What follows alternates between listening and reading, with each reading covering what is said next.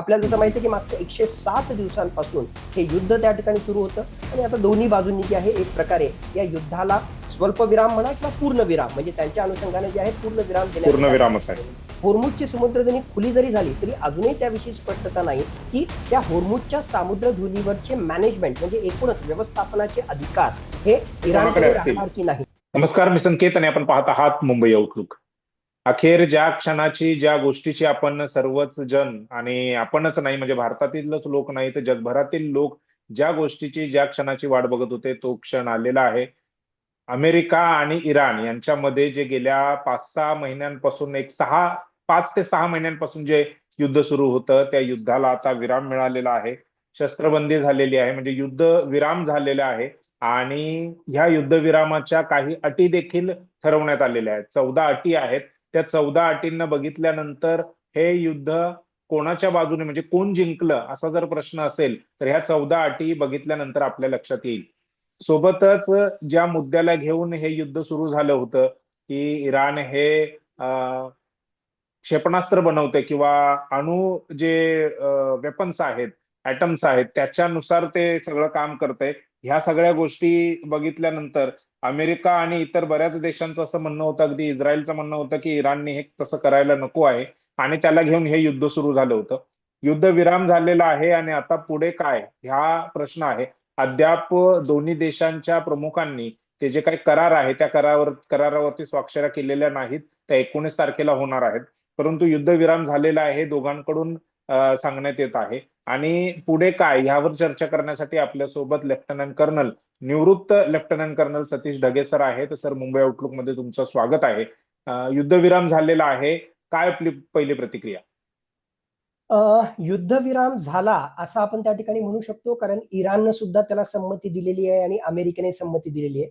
पण मी अजूनही साशंक येते यासाठी, कारण यावर अधिकृतरित्या इलेक्ट्रॉनिक सिग्नेचर जे आहे ते 19 जूनला होणार आहे. 19 अजूनही 4 बरोबर. दिवस आहेत आणि स्पेशली ज्या प्रकारचे फ्लुइड फॅक्टर्स आहेत म्हणजे इस्रायल सारखा फॅक्टर त्या ठिकाणी आहे. दुसऱ्या बाजूला इराणमध्ये सुद्धा जे आहेत काही हार्ड लाईनर्स आहेत, म्हणजे मिलिटरी लिडरशिप जी आहे ती अजूनही याला काही अंशी विरोध करताना त्या ठिकाणी दिसते. तर कंपॅरेटिव्हली राजकीय नेतृत्व मवाळ आहे. तर अजूनही 4 दिवस आहेत अधिकृतरित्या यावर इलेक्ट्रॉनिक सिग्नेचर होण्यासाठी. पहिली गोष्ट. बरं, इलेक्ट्रॉनिक सिग्नेचर झाल्यानंतर सुद्धा जे आहे एक प्रकारे यामधल्या ज्या सगळ्या अटी शर्ती असणार आहेत, कारण अधिकृतरित्या ना इराणनं सांगितलेलं ना अमेरिकेनं सांगितलेलं आहे. मग या अटी शर्तींच्या अनुसार जे आहे प्रत्येकाचं इंटरप्रिटेशन वेगळं असेल. माझ्या मते अमेरिका त्याला वेगळ्या रीतीनं पाहिल, इराणचं म्हणणं काहीतरी वेगळंच त्या ठिकाणी असेल. मग तिथे फाटाफूट होण्याची शक्यता सुद्धा नाकारता येत नाही. आणि सगळ्यात महत्वाचं 60 दिवसाचा जो आहे त्याच्यानंतरही काळ आहे ज्यामध्ये टेक्निकल लेवल टॉक्स होणार आहेत आणि सगळ्यात महत्वाचा कळीचा मुद्दा न्यूक्लिअर डील आपण ज्याला म्हणतो त्याच्याशी संबंधित चर्चा होणार आहे. आणि आतापर्यंतची दोन्ही बाजूची ज्या प्रकारची भूमिका राहिलेली आहे अतिशय किचकट अशा प्रकारचं ते काम त्या ठिकाणी असणार आहे. तर खरोखरच 60 दिवसानंतर म्हणजे आज घडीला आपण जे म्हणतोय memorandum of understanding for piece हा अंतरिम करार आहे, हा काही फायनल करार नाहीये. खरोखरच 60 दिवसानंतर जे आहे अशा प्रकारचा फायनल शांतता करार त्या ठिकाणी होईल का, या सगळ्या गोष्टी कन्सिडर करता मी अजूनही साशंक आहे. पण असं मानू की या सगळ्या गोष्टी ज्या आहेत सुरळीतपणे पुढे जातील आणि सो कॉल्ड अमेरिका आणि इराण यांच्यामधला संघर्ष जो थांबेल. आपल्याला जसं माहिती आहे की मागच्या 107 दिवसांपासून हे युद्ध त्या ठिकाणी सुरू होतं आणि आता दोन्ही बाजूंनी जे आहे एक प्रकारे या युद्धाला स्वल्पविराम म्हणा किंवा पूर्णविराम म्हणजे त्यांच्या अनुषंगाने जे आहे पूर्णविराम देण्याचं यासाठी जे आहे आतापर्यंत ज्या बातम्या आपल्या समोर येत आहेत त्याच्यानुसार 14 पॉइंट डील आहे. 14 वेगवेगळ्या प्रकारचे जे आहेत यामध्ये मुद्दे आहेत ज्याच्या आधारावर हा अंतरिम करार त्या ठिकाणी झालेला आहे. एकूणच तुम्ही प्रस्तावनेमध्ये जसं सांगितलं कोण जिंकलं कोण हारलं हा जो आहे अत्यंत विश्लेषणाचा भाग त्या ठिकाणी त्याच्यात आहे. पण फक्त या 14 मुद्द्यांना जर आपण त्या ठिकाणी कन्सिडर केलं तर मला वाटतं की इराणच्या बाजूने झुकलेला असा हा करार आहे. मुख्यतः 2-3 बाबी त्या फक्त ज्या आहेत अमेरिकेच्या बाजूने त्या ठिकाणी जात आहेत. कुठल्या? पहिली गोष्ट, वेळोवेळी अमेरिका जे म्हणत होतं की होर्मुझची सामुद्रधुनी खुली करा. मग या करारामध्ये या 14 पॉइंट्स मध्ये 14 मुद्द्यांमध्ये एक मुद्दा हा सुद्धा त्या ठिकाणी होर्मुझची सामुद्रधुनी जी आहे ती त्या ठिकाणी खुली करण्यात येईल.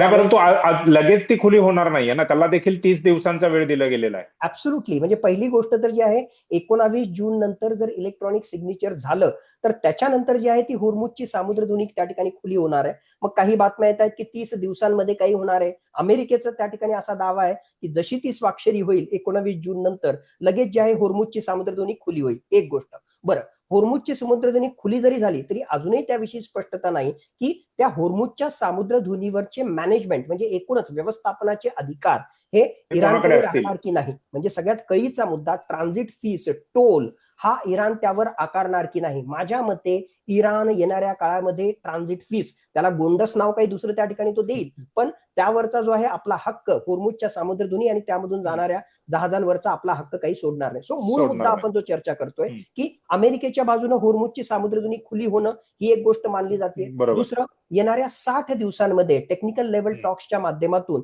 एक प्रकारे जे आहे इराण अण्वस्त्र बनवणार नाही किंवा त्याच्याशी संबंधित जी आहे चर्चा करण्यासाठी इराण राजी झालेला आहे, पण चर्चा करण्यासाठी राजी झालेला आहे. त्यानं कुठेही म्हटलेलं नाही की त्याच्याकडे असणारं जे एनरिच युरॅनियम आहे तो अमेरिकेच्या हवाली करतोय किंवा तिसऱ्या देशाच्या हवाली करतोय किंवा त्याच्याशी संबंधितला अधिकार तो कुठे सोडतोय असं इराणनं कुठेही म्हटलं नाही. पण होर्मुझची सामुद्रधुनी आणि न्यूक्लिअर डील हे जर दोन मुद्दे सोडले तर बाकीच्या मुद्द्यांमध्ये जे आहे इराणचीच सरशी झालेली दिसते. कसं? कारण अल्टिमेटली या युद्धामधून म्हणजे जसं मी म्हटलं की वेळोवेळी आपल्याशी खूपदा मी चर्चा त्या ठिकाणी केली मागच्या ऑलमोस्ट या 3.5 महिन्यांमध्ये, आणि काही मुद्दे जे आहेत ते मी रेग्युलरली मागच्या 2-3 महिन्यांपासून सांगतोय की अल्टिमेटली इराणचं सुद्धा या युद्धामध्ये प्रचंड नुकसान झालेलं आहे. आणि मग या चर्चेच्या माध्यमातून त्याला जर काही हवं असेल तर ती सर्वात महत्वाची बाब म्हणजे आर्थिकदृष्ट्या आपला फायदा करून घेणं. आतापर्यंत इराणवर जे वेगवेगळ्या प्रकारचे आर्थिक निर्बंध लागलेले आहेत, त्याचबरोबर इराणचे साधारणतः 24 अरब डॉलरचे एक प्रकारे ऍसेट्स जे अमेरिका पाश्चिमात्य राष्ट्रांनी गोठवून ठेवलेले आहेत त्याला अनफ्रीज करण्याची मागणी सुद्धा इराणची होती. ती मागणी इथं मान्य होताना त्या ठिकाणी दिसते की त्यापैकी अर्ध म्हणजे ऑलमोस्ट $12 बिलियन जे आहेत ते अनफ्रीज त्या ठिकाणी होत आहेत. म्हणजे आर्थिकदृष्ट्या फायदा एक. दुसरा, अमेरिकेचं नेव्हल ब्लॉकेड, थोडक्यात इराणची जी बंदरं आहेत त्यावर एक प्रकारची नाकेबंदी अमेरिकेनं केली होती आणि त्यामुळं इराणचं जे तेल आहे ते जागतिक बाजारपेठेमध्ये जाण्यासाठी आडकाठी येत होती. आता हे नेव्हल ब्लॉकेड अमेरिका सोडायला तयार झालेलं आहे. बरं, इथपर्यंतच नाही. तिसरी गोष्ट, इराणच्या अवतीभोवतीचं सैन्य आणि एकूणच सगळी जी सामरिक शक्ती अमेरिकेनं त्या ठिकाणी उभी केली होती ती सुद्धा जो आहे अमेरिका कमी करायला त्या ठिकाणी तयार झालेला आहे. बरं, मामला इथेच संपत नाही. अत्यंत महत्वाचा मुद्दा की पहिल्यापासून इराण जे म्हणतोय की या युद्धामध्ये आमचं जे नुकसान झालेलं आहे ती नुकसान भरपाई अमेरिकेनं करून द्यावी. अप्रत्यक्षपणे अमेरिका त्याला सुद्धा रेडी झालेला आहे. $300 अरब एवढा निधी अशा प्रकारचं जे आहे एक प्रकारे इराणला दिला जाणार आहे. यस, अमेरिका किंवा पाश्चिमात्य राष्ट्रांच्या मदतीनं, ज्याला आपण वॉर रिपॅरिएशन म्हणू, थोडक्यात ही सगळी भरपाई करून देण्यासाठी किंवा तिथे इन्फ्रास्ट्रक्चर डेव्हलप करण्यासाठी अमेरिका त्याचबरोबर पाश्चिमात्य राष्ट्र यासाठी इराणमध्ये खर्च करणार आहेत. मग या सगळ्या गोष्टी आणि बाकीच्याही अटी जर आपण पाहिल्या तर एकूणच जे आहे हा करार आणि या करारातल्या अटी शर्ती या इराणच्या बाजूने झुकलेल्या आहेत आणि इट इज बट नॅचरल. कारण ज्या प्रकारे डोनाल्ड ट्रम्प यांची कोंडी झाली होती आणि मागच्या 1.5 महिन्यांपासून त्यांचा आटापिटा चालला होता की आम्ही जिंकलो असं प्रोजेक्ट करून एकदाच या युद्धातून बाहेर पडायचं, तर कशी तरी बाहेर पडण्याची त्यांना संधी मिळालेली आहे. पण त्याच्यासाठी त्यांना खूप मोठी किंमत मोजावी लागते. डोनाल्ड ट्रम्प हा व्यापारी आहे आणि व्यापारी भाषेत बोलायचं तर हे डील करण्यासाठी, सो कॉल्ड पीस डील करण्यासाठी फार मोठी किंमत डोनाल्ड ट्रम्पला त्या ठिकाणी आज घडीला तरी वाटतंय की त्यांना फार मोठी किंमत मोजावी लागते. हे एकूण या करारावरून आपल्याला दिसतंय. बरोबर. नाही, पण आता ह्याचा जागतिक परिणाम काय होईल? जागतिक परिणाम मी या अनुषंगाने विचारतोय की अमेरिकेची जी काही एक मक्तेदारी म्हणा, एक दादागिरी जी चालली होती गेल्या काही वर्षांमध्ये, त्याला छेद दिलेला इराणने आणि आता अमेरिका जे आहे ते सावध पावलं टाकेल पुढच्या त्यांच्या जे काही जिओ पॉलिटिक्स ते करतील त्यामध्ये. अमेरिका मानणार नाही, पण नक्कीच जे आहे अमेरिकेची एक प्रकारे दादागिरी म्हणा किंवा अमेरिकेचं आतापर्यंत म्हणजे आम्हीच वर्चस्व राहिलं होतं. ऍब्सोल्युटली आम्हीच महासत्ता आहोत आणि आमच्याशिवाय जे आहे दुसरं म्हणजे कोणीच नाही अशा प्रकारचं जे प्रोजेक्शन होतं त्याला फार मोठा फटका बसलेला आहे. फक्त आणि फक्त मिलिटरी पॉवरच्या आधारावर तुम्हाला जसं वाटेल तसं तुम्ही त्या ठिकाणी करू शकत नाही. एक उदाहरण होतं व्हेनेझुएलामध्ये जे आहे त्यांनी जो प्रयोग केला, त्यांना वाटलं की आपल्या दादागिरीच्या आणि सामरिक सामर्थ्याच्या आधारावर इराणमध्ये सुद्धा जो आहे तसाच प्रयोग आपण त्या ठिकाणी करू शकू. हे शक्य होणार नाही हे तिथून स्पष्टपणे दिसलं. दुसरं, त्याहून महत्वाचं, आतापर्यंत भूराजकीय गणित आपण पश्चिम आशियामध्ये पाहिलं तर ही जी अरब राष्ट्र होती ती अरब राष्ट्र पूर्णतः अमेरिकेवर डिपेंडंट होती आपल्या सिक्युरिटीसाठी. त्यांना वाटत होतं की अमेरिका आपल्या बाजूने त्यामुळे आपण अमेरिकेची बाजू त्या ठिकाणी घेतली म्हणजे आपल्या संरक्षणाशी संबंधित काहीही प्रश्न येणार नाही. पण हा त्यांचा जो समज होता तो खऱ्या अर्थानं गैरसमज ठरलेला आहे. आणि मागच्या 107 दिवसांमध्ये आपण पाहिलं की इराणनं या अरब राष्ट्रांचा समज हा पूर्णतः चुकीचा ठरवलेला आहे. त्यांच्यावर जबरदस्त हल्ले करण्यामध्ये इराण असिमेट्रिक वॉरफेअरच्या माध्यमातून जो आहे तो यशस्वी झालेला आहे. तिसरी गोष्ट, टायमिंग. तुम्हाला जशी वाटेल त्याच टायमिंगच्या अनुसार जे आहे तुम्हाला सगळं हासिल करता येणार नाही. आपण पाहिलं की सुरुवातीच्या काळाला जे आहे काळामध्ये या अमेरिका या सगळ्याच युद्धामध्ये पहिल्या 2 आठवड्यामध्ये जबरदस्त ऍडव्हान्टेजेस पोझिशनमध्ये होता. प्रचंड नुकसान त्यानं इराणचं केलं. पण नंतर असिमेट्रिक वॉरफेअर आणि त्याहून महत्वाचं माझ्या मते भूराजकीय दृष्ट्या या होर्मुझच्या सामुद्रधुनीचं चेकिंग करणं, त्याचबरोबर अर्थव्यवस्थेवर विपरीत परिणाम करणं, हे गणित जे आहे इराणला साधता आलं आणि त्यामुळे तो सगळा डाव जो आहे तो अमेरिकेवर त्या ठिकाणी उलटला. तर एकूणच वेगवेगळ्या गोष्टींचा जर आपण त्या ठिकाणी विचार केला तर नक्कीच इराण युद्धानं अमेरिकेला सामरिकदृष्ट्या आणि मी म्हणेल की त्याहून महत्वाचं भूराजकीय दृष्ट्या एक पाऊल मागे ढकललेलं आहे. या सगळ्या गणितामुळं अमेरिकेचा सर्वात मोठा शत्रू तो म्हणजे चायना जो आहे एक पाऊल पुढे त्या ठिकाणी आलेला आहे.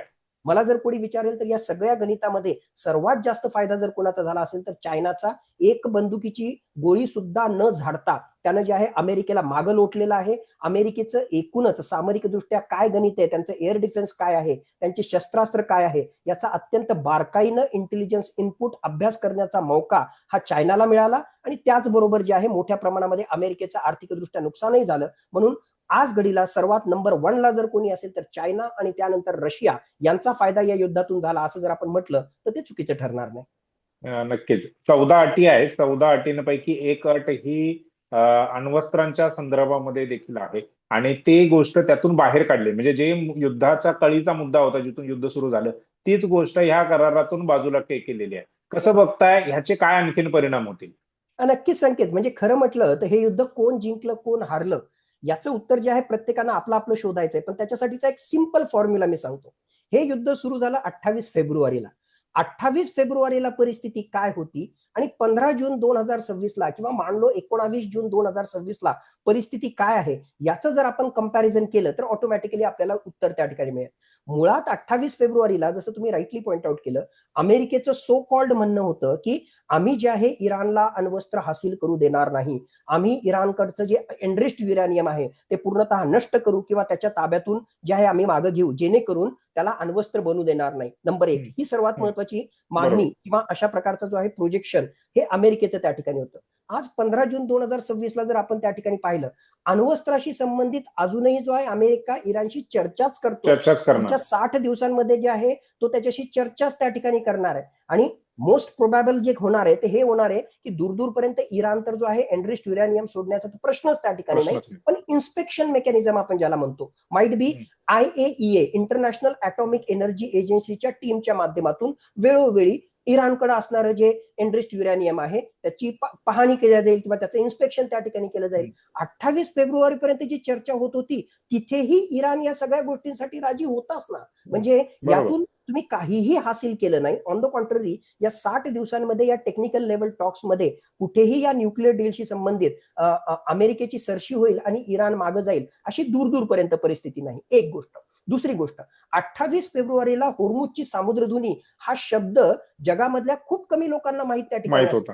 पण होर्मुझची सामुद्रधुनी आणि त्याचं चोकिंग करण्याच्या माध्यमातून जगाच्या वर काय परिणाम होऊ शकतात हे इराणनं सगळ्या जगाला त्या ठिकाणी दाखवलेलं आहे. आणि म्हणून या युद्धामध्ये अमेरिका टुमटुमी त्या ठिकाणी माजवतोय, म्हणजे दाखवतोय की आम्ही जिंकलो का, तर होर्मुझची सामुद्रधुनी खुली होते. अरे बाबा, 28 फेब्रुवारीला होर्मुझची समुद्रधुनी ही पूर्णतः खुली होती. 15 जून 2026 ला होर्मुझची सामुद्रधुनी सो कॉल्ड तुम्ही खुली त्या ठिकाणी करताय, पण आता इराणचं जे आहे त्यावर वर्चस्व असणार आहे. आता इराणला सुद्धा कळालेलं आहे की होर्मुझची सामुद्रधुनी ही कधीही चोक करता येते आणि त्याच्या माध्यमातून तो एक लेव्हरेज पॉइंट म्हणून जगावर जो आहे आपण त्या ठिकाणी लादू शकतो. ही संधी कोणी दिली? ही अमेरिकेने त्या ठिकाणी त्याच्या ह्याच्यात दिली.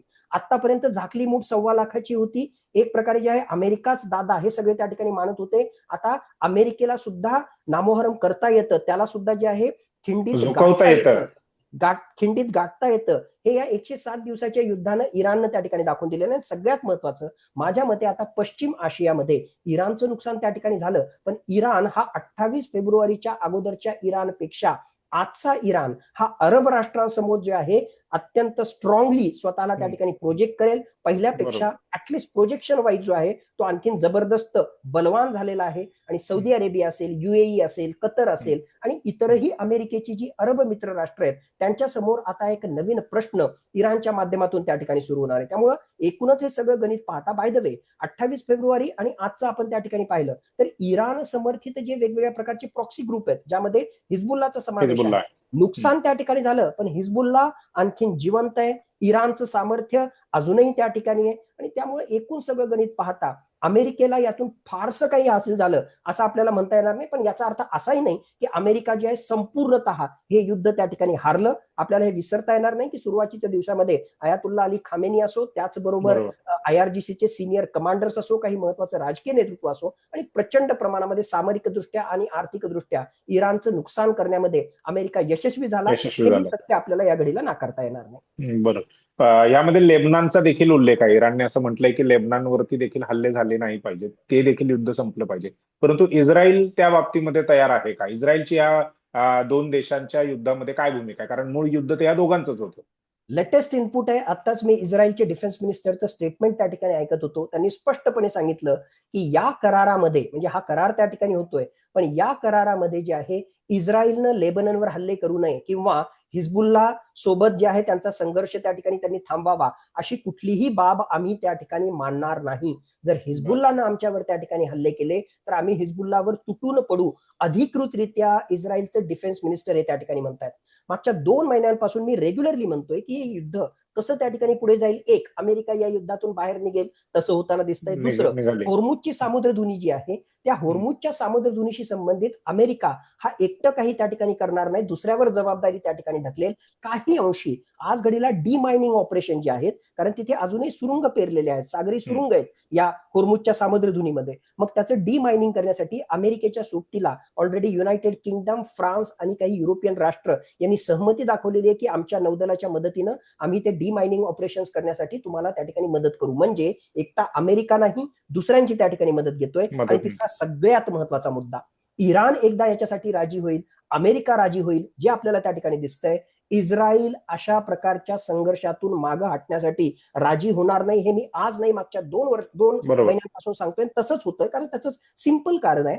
एक प्रकारे जे आहे अमेरिकेचा जो काही स्वार्थ होता आणि आज घडीला राजकीय दृष्ट्या त्याचबरोबर आंतरराष्ट्रीय दबावाच्या अनुषंगानं लवकरात लवकर बाहेर पडण्यासाठी डोनाल्ड ट्रम्प रेडी झालेला आहे. इराणच्या अनुषंगानं प्रचंड प्रमाणामध्ये नुकसान झालं, आर्थिकदृष्ट्या फायदा होत असेल तर तो सुद्धा जे आहे काही अंशी या सगळ्या गोष्टींसाठी राजी झाला. पण इस्रायलसाठी तो एक्झिस्टेन्शियल क्रायसिस आहे. या अरब राष्ट्रांमध्ये, मुस्लिम राष्ट्रांमध्ये एक असणारा इस्रायल आणि त्याचा सगळ्यात मोठा शत्रू इराण हा जर पूर्णतः नामोहरम झाला नाही तर भविष्यामध्ये या इराणकडून खूप मोठ्या प्रमाणामध्ये हल्ले किंवा खूप मोठ्या प्रमाणामध्ये खतरा इस्रायलला होऊ शकतो. हे इस्रायल ओळखतो. बाय द वे, फक्त इराण नाही, इराण समर्थित ज्या संघटना आहेत ज्याला आपण 3H म्हणतो, हमास, हुती, हिजबुल्ला आणि हुती अजूनही बलवान त्या ठिकाणी आहेत. त्यांच्याकडूनही हल्ले होऊ शकतात, त्यांच्या सुरक्षेला प्रश्न निर्माण होऊ शकतात. आणि सगळ्यात मोठी महत्वाची गोष्ट म्हणजे राजकीय दृष्ट्या जर पाहिलं तर जोपर्यंत युद्ध मागच्या 3 वर्षापासून सुरू आहे तोपर्यंत बेंजामिन नेतन्याहू यांचं इस्रायलचे लीडर म्हणून स्थान जे आढळ आहे.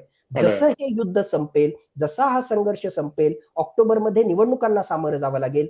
बेंजामिन नेतन्याहू यांच्या विरुद्ध वेगवेगळ्या प्रकारचे भ्रष्टाचाराचे आरोप आहेत.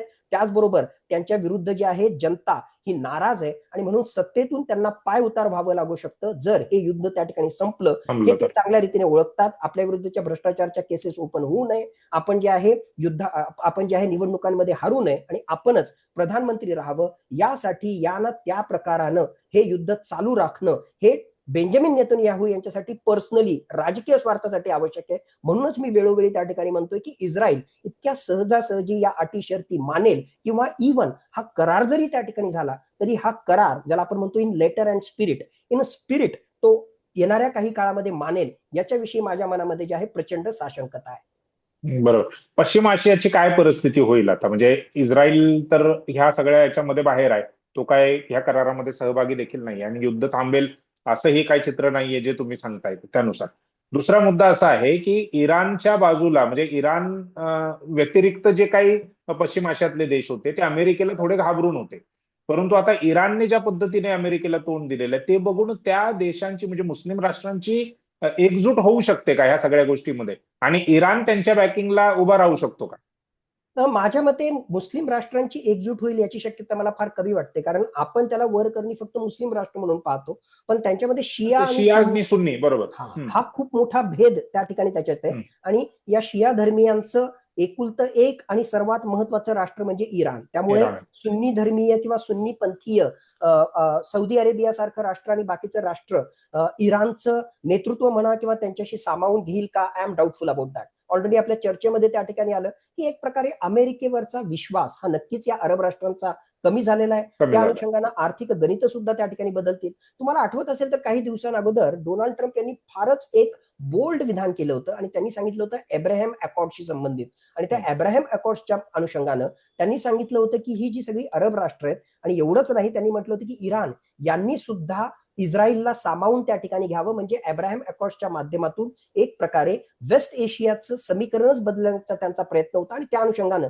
या कराराला पाहिलं जात होतं. पण आजच्या या चर्चेमध्ये कुठेही काहीही त्या अब्राहम अकॉर्ड्स विषयी त्या ठिकाणी बोललं जात नाही. पण मला वाटतं, जसं म्हणजे मी त्या ठिकाणी सांगितलं की इराण हा आणखी मजबूत होताना त्या ठिकाणी दिसतोय. बाकी अरब राष्ट्र, मुख्यतः सौदी अरेबिया, याचं स्थान एक प्रकारे डळमळीत होताना त्या ठिकाणी दिसतंय. सौदी अरेबियाचा एक चॅलेंजर युनायटेड अरब एमिरेट्स हा ऑलरेडी ओपेक गटामधून बाहेर त्या ठिकाणी निघालेला आहे. म्हणजेच एक प्रकारे सौदी अरेबियाची या ऑइल मार्केटमध्ये, जागतिक स्तरावरच्या ऑइल मार्केटमधली जी मक्तेदारी आहे, त्या मक्तेदारी. मक्तेदारीला, मोनोपोलीला एक प्रकारे छेद देण्याचा प्रयत्न हा UAE या ओपेक गटामधून बाहेर पडल्यामुळे झालेला आहे. म्हणून मला वाटतं आर्थिकदृष्ट्या, राजकीयदृष्ट्या, भूराजकीयदृष्ट्या पश्चिम आशियामध्ये खूप सारे बदल होणार आहेत आणि त्या ठिकाणी ऍडव्हान्टेज अमेरिकेच्या ऐवजी एक प्रकारे काही अंशी ऍडव्हान्टेज इराण, अशा प्रकारची परिस्थिती निर्माण होऊ शकते. आणि भविष्यामध्ये इराण विरुद्ध बाकी अरब राष्ट्रांचा जर संघर्ष आर्थिकदृष्ट्या झाला तर तो सुद्धा जो आहे आपल्याला त्या ठिकाणी पाहावा लागेल. अत्यंत फ्लुइड अशी सिच्युएशन आहे,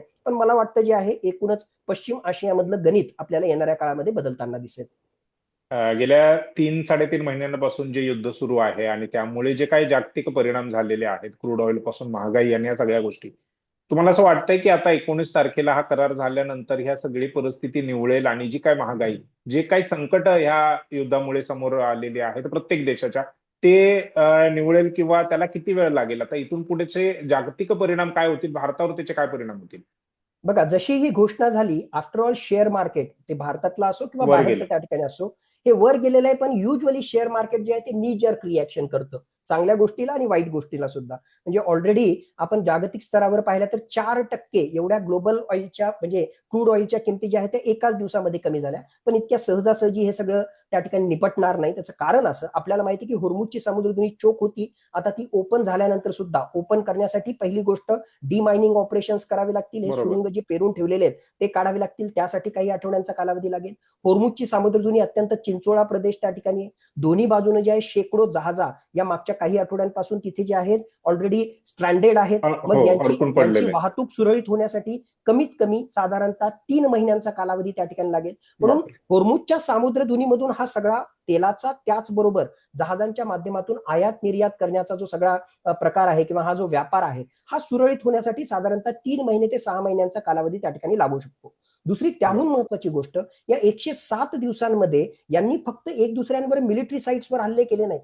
अमेरिकेनं, इस्रायलनं इराणच्या वेगवेगळ्या प्रकारच्या तेलविहीरींवर हल्ले केले आणि इराणनं सुद्धा बरोबर. अरब राष्ट्रांमधल्या तेलविहिरी असतील किंवा इव्हन कतरचं सगळ्या जगाला 17% LNG प्रोव्हाइड करणारं जे रास लफान तिथलं जे एक प्रकारे LNG प्रोडक्शन साईट होतं, त्याला पूर्णतः उद्ध्वस्त केलं. जगातला 17% LNGचा पुरवठाच जर पूर्णतः नष्ट केला तर त्याला पुन्हा पूर्ववत येण्यासाठी त्यांच्या अनुमानाच्या नुसार कमीत कमी 3 वर्ष त्या ठिकाणी लागणार आहेत. त्यामुळे हे बापरे. सगळं गणित पाहता तेलाचा पुरवठा सुरळीत होण्यासाठी 28 फेब्रुवारीला ज्या तेलाच्या किमती होत्या त्या लॉंग टर्म मध्ये पूर्ववत पदावर त्या ठिकाणी येण्यासाठी मला वाटतं कमीत कमी एक 8 ते 12 महिन्यांचा कालावधी त्या ठिकाणी लागू शकतो, पहिली गोष्ट. बर. आणि दुसरी गोष्ट, हा एकूणच सगळा व्यापार जर सुरळीत करायचा असेल तर त्यालाही साधारणतः एक 8 ते 10 महिन्यांचा कालावधी आपल्याला त्या ठिकाणी लागू शकतो. पण एक गोष्ट मात्र नक्की, की कमीत कमी आता होर्मुझची सामुद्रधुनी सुरू होईल, कमीत कमी भारताकडे येणारे जे ऑइल टँकर्स आहेत, मग ते LPG गॅस घेऊन येणारे, त्याचबरोबर पेट्रोलियम पदार्थ घेऊन येणारे, हे एक प्रकारे जे आहेत पुन्हा सुरळीतपणे भारताकडे येऊ शकतील आणि एक प्रकारे जो ऑइल शॉक आणि महागाई जी वाढत चालली होती त्याला काही अंशी कंट्रोल करण्यामध्ये जे आहे आपण यशस्वी होऊ असं दिसतंय. पण आपल्याला माहित आहे, म्हणजे सामान्य माणूस सुद्धा माझ्याशी ऍग्री करेल, एकदा पेट्रोलियम पदार्थाच्या किमती वाढल्या वाढल्या ते कमी की होत त्या पण नसतात. कमी होत नसतात. म्हणजे आज घडीला जर तुम्ही 100 रुपये डिझेलला देताय फॉर एक्झाम्पल आणि 112 रुपये पेट्रोलला त्या ठिकाणी देताय, तर पुन्हा जे आहे त्या पेट्रोलच्या किमती 100 रुपयावर येणं हे जे आहे सरकारही करणार नाही आणि सामान्य माणूसही जो आहे तो ऍक्सेप्ट करून त्या ठिकाणी चाललेला आहे. तर अपेक्षा करूया की कमीत कमी ज्या किमती आहेत त्याच्या आसपास तरी जाईल, त्या ज्या आहेत 150-125 पर्यंत त्या ठिकाणी पोहोचणार नाहीत. आणि ज्या प्रकारच्या सकारात्मक बाबी त्या ठिकाणी होत आहेत, आपण आशा करूया की होर्मुझची सामुद्रधुनी ही अशीच खुली राहील आणि त्याच्यानंतर हे अरब राष्ट्र आपलं ऑइल प्रोडक्शन वाढवतील आणि एक प्रकारे जगावर आलेलं हे जे काही अर्थव्यवस्थेवर आलेलं जे सावट होतं काही अंशी जे आहे हे मलब दूर करण्यामध्ये जे आहे एकूणच आपली व्यवस्था आणि जागतिक अर्थव्यवस्था त्या ठिकाणी यशस्वी होईल. पण एक ग्रॉसली मला वाटतं एक 6 ते 8 महिन्यांचा कालावधी तरी या सगळ्या गोष्टींसाठी पूर्णतः पूर्ववत पूर्ववत होण्यासाठी लागेल. नक्कीच नक्कीच. आणि हीच आशा अपेक्षा आहे की पुन्हा म्हणजे 19 तारखेला तो करार फायनल व्हावा. पुन्हा त्या दोन्ही देशांनी युद्ध करू नये आणि युद्ध करून जगाला वेठीस धरू नये. कारण युद्धामुळे कोणाचंच काय भलं झालेलं नाही आतापर्यंत. त्यामुळे 19 तारखेकडे आता सगळ्यांच्या नजरा आहेत आणि 19 तारखेला तुम्ही जसं म्हणताय की डिजिटल साईन झाल्याशिवाय हा करार पूर्ण झालाय असं म्हणता येणार नाही. कारण याच्या अगोदर पण त्यांची युद्धबंदी झाली होती, शस्त्रबंदी झाली होती. त्यानंतर देखील पुन्हा दुसऱ्याच दिवशी हल्ले सुरू झाले होते अमेरिकेकडून, इराणकडून. त्यामुळे जोपर्यंत हे फायनल होत नाही तोपर्यंत यावरती कुठलीच गोष्ट आपण त्यांच्यावर विश्वास ठेवू शकणार नाही. सर, तुम्ही काहीतरी बोलताय. येस, एक फक्त शेवटचा मुद्दा म्हणजे पुन्हा माझ्या मनामध्ये किंतु परंतुसाठी हे कारण की आतापर्यंतचा इतिहास जर पाहिला तर 2015ला अमेरिका आणि इराणमध्ये JCPOA झाला होता, joint comprehensive plan of action, so called nuclear deal. याच डोनाल्ड ट्रम्पनं जे आहे तडकाफडकी 2018 मध्ये त्या JCPOA मधून बाहेर निघण्याचा निर्णय घेतला. जून 2025 मध्ये 12 दिवसाचं युद्ध त्या ठिकाणी झालं होतं. डोनाल्ड ट्रम्प म्हटलं की आम्ही जे आहे युद्ध त्या ठिकाणी जिंकलं. याच डोनाल्ड ट्रम्पनं जे आहे 28 फेब्रुवारी 2026ला पुन्हा एकदा जे आहे इराण विरुद्ध हल्ला केला. 28 फेब्रुवारी 2026ला ऑलरेडी जिनिव्हामध्ये इराण सोबत जे आहे शांततेशी संबंधित चर्चा सुरू होती. त्या चर्चेला बाजूला त्या ठिकाणी सारून यानं जे आहे एक प्रकारे आक्रमणकर्त्याचं त्या ठिकाणी स्वरूप धारण केलं. म्हणजे आतापर्यंतचा इतिहास पाहता ट्रस्ट डेफिसिट आणि त्याहून महत्वाचं डोनाल्ड ट्रम्प आणि अमेरिकेचं विश्वासघाताचं राजकारण हे वेळोवेळी समोर त्या ठिकाणी आलेलं आहे. म्हणून आज घडीला आज जरी घोषणा केली आणि तशा प्रकारचा सो कॉल्ड इलेक्ट्रॉनिक सिग्नेचरच्या माध्यमातून करार जरी त्या ठिकाणी झाला तरी खरोखरच तो करार टिकेल का? माझ्या मनामध्ये साशंकता यासाठी आहे कारण मी तुम्हाला अगोदरची 3 उदाहरणं दिलेले. इतिहास गवाह आहे ज्याला आपण म्हणतो की तो इतिहास साक्षी असल्यामुळे डोनाल्ड ट्रम्पवर भरोसा ठेवणं हे कुठेतरी आज घडीला जे आहे धोक्याचं ठरणार आहे. पण आशा करूया की यावेळेस तरी डोनाल्ड ट्रम्पने या सगळ्या गोष्टींमधून जे आहे धडा शिकला असेल आणि आतापर्यंत जे आहे त्या कराराचं ते पालन त्या ठिकाणी करतील. नक्कीच. डोनाल्ड ट्रम्प यांच्याकडनं ही आशा आणि अपेक्षा ठेवायला काही चुकीची गोष्ट नाहीये. परंतु ते कसं तसं करतील का? ते स्वतःवरती विश्वास ठेवतात का? आज कधी एक बोलतात, दुसऱ्या दिवशी दुसरं बोलतात. त्यामुळे ही साशंकता आहे. परंतु होप की असं काही होऊ नये आणि 19 तारखेला आपण बघूयात की काय नेमकं होतंय आणि पुढेही लॉंग टर्म साठी हा करार किती टिकून राहतो जसं तुम्ही म्हणताय त्याकडे देखील आपलं लक्ष आहे, तुमचं लक्ष आहे. सर, मुंबई आउटलुकला तुम्ही वेळ दिलात, आलात, त्याबद्दल आभार, धन्यवाद. आणि 19 तारखेनंतर पुन्हा एकदा या सर्व परिस्थितीवरती आणि विशेष करून ह्या सगळ्या युद्धाचा चीनला कसा फायदा झालेला आहे ह्यावरती आपण एक स्वतंत्रपणे चर्चा करूयात जर तुम्ही वेळ दिलीत तर. नक्कीच नक्कीच नक्कीच आवडेल मला. धन्यवाद सर. थँक्यू. थँक्यू.